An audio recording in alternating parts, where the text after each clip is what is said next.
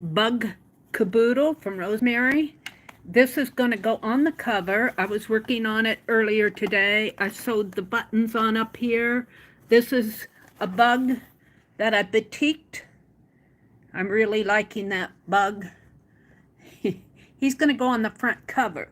But what I'm doing now is I cut these pages out of the drop paper that I did my batik on. And what I want to do is sew around the edges of these. So that is what I'm doing right now. You can see I did kind of a curvy stitch in there. And I'm hoping that that's going to be okay and not rip out. What I'm doing over here, if you can see it, is kind of a blanket stitch. And that might be what I use on all of them. I'm just experimenting.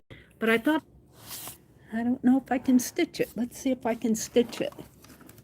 All right, let's try this. Give it a minute here to think about it. It's kind of jiggly. All right.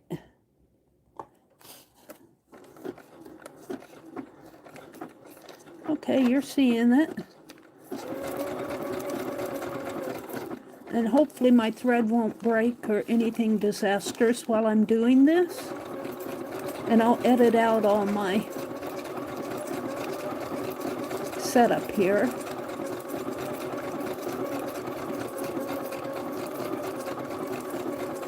And we're going to look and see. And then I'm just going to do a little bit. I'll do this page and show it to you. And then I'll go offline and finish it up. Okay, now I need to turn my page here eventually. More like that.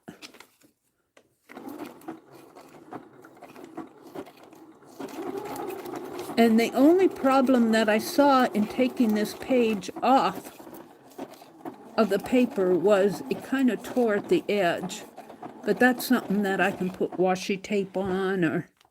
And I was thinking even on these curved satin stitches, which tend to perforate, I'm thinking that I could put some glossy accents or a coating of varnish or something around the perforations so it wouldn't tear so bad. And I'll show that later when I stream, when I'm working. Can you still see me stitching? I think you can. It's dark. It's nighttime. It's like 8 o'clock at night. So it's dark outside. I've got a light. I wonder if I put that light behind me here a little more. Put my light behind me. Maybe you can... And that's not... There. Does that better? Can you see better? I don't know if you can see any better. I can see better. That's all that matters, really, right?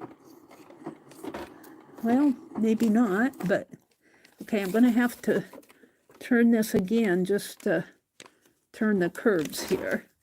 I'm just about done. Hopefully I'll get finished without breaking my thread. I tend to break the thread going around these curves on paper.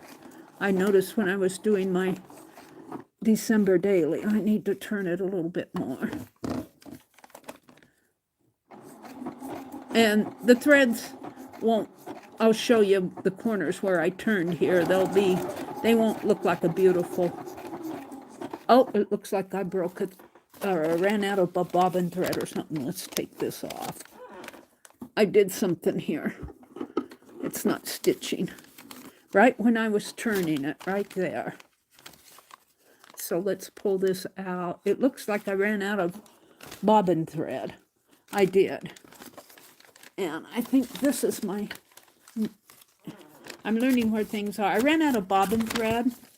So I'll finish this offline. Let's take this sewing machine and push it this way. And I'll take my camera. And let's move my light again so you can see stitch on here. And here's the other stitch here that I'm not sure, it's kind of a curved satin stitch. And I'm not sure that it's going to stay in here nice. With here, see, here's where I end my threads. And Of course, I didn't meet the curve there, but that's okay. I can put a label or something on there. You see, it kind of tears there. So I'm thinking that I can varnish around the edges here to stabilize these stitches just on this one page. I think they're going to be okay over here. And, you know, it's not perfect, but the entire journal isn't perfect. And let me show you. I don't know, did I bring my, I didn't bring the, yeah, I did. So here's the cover here. Here's the cover of the journal. And then this is going to go on top of it. Like that. Yeah. Just like that. I think this will be pretty. And then I'm going to have tie here and a tie there. I think before I attach this down, I'm going to have ties coming underneath of here. And it'll tie here and it'll tie there. And this will, I'll probably collage this down. This is a batik fabric that I stitched onto a yellow fabric. So, and then my pages are all in here. And let me grab this one on the bottom. Of course, it's all, so they'll fold up like this. And this is a piece of wax paper. I call it my fly paper. I think that's funny, fly paper. It's kind of the beginning of the folio, and it will go in here.